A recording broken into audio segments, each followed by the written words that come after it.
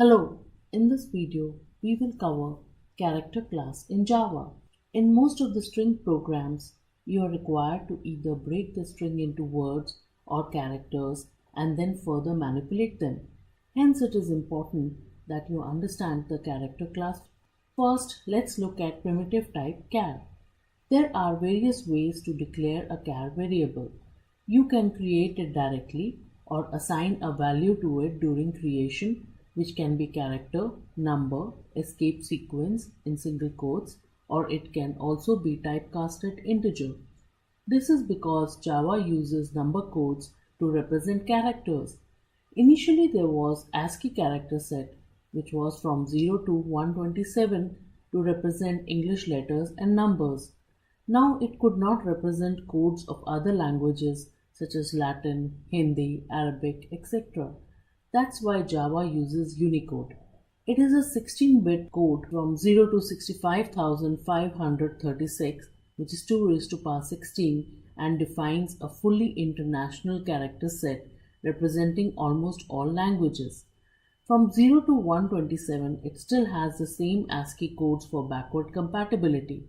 You need to know at least the codes for English alphabets and digits, as there will be questions around it.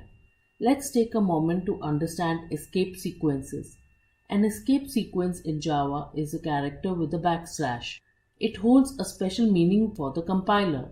It could be to insert non-printable characters such as tab, space, new line, or it could be to print characters which have special meaning in Java like quotes or slash. Let's take a look at some conversions. If you need to get ASCII code, you can typecast the char into int. And if you need to convert ASCII code to char, you can typecast int into char. Also note, the step to convert uppercase to lowercase is plus 32. To convert from lowercase to uppercase, you do minus 32. Let's see this in an example where we are converting case by addition or subtraction. So you can see that you can use char as integer data type on which you can perform arithmetic operations. For example, if I use increment operator, it will display the next character. Coming back to character class, it is a wrapper class around primitive data type char. To create an object of type character, we can use any of the following methods. You can either use new or value of method, or you can use autobox feature wherein Java automatically converts primitive type into wrapper class without the use of constructor. It has many static methods. I'll cover a few which we will use. First one is isLetter. It returns true if char passed is a letter, otherwise it returns false. As you see in this example, we have passed char in quotes, typecasted Unicode numbers, or even a escape sequence. Next is isDigit. It returns true if the char is a digit, otherwise it returns false. Check over here also, we have used typecasted ASCII code for 1. Next is isLowerCase and isUpperCase. It returns true if char is lowercase or uppercase respectively. Next is isWhiteSpace. It returns true if ch is whitespace. Whitespace is not just space character.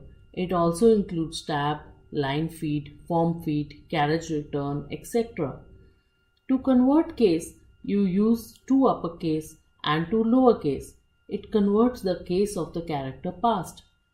toString method is used to convert from character into string class. Now let's look at short questions that can be asked on character class.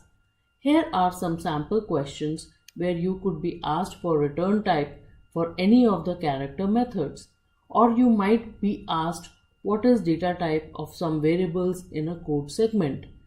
These type of questions require you to make sure you know all the methods well. A quick summary will show all of the methods taken char. All methods starting with is return boolean. All convert case returns char. Only toString returns string. If you see the questions again, you would be able to answer them always if you know the previous table. Next is where you might be asked to write a statement to determine if character is uppercase or lowercase or digit, etc. Do remember to write the full method along with the character class name. Next is where you could be asked output of the code segment. It could be what is printed in any is letter, is uppercase statements. These are quite straightforward except for white space where you need to remember that it includes some escape sequences as well. Or it could be slightly trickier question which uses arithmetic operations or char.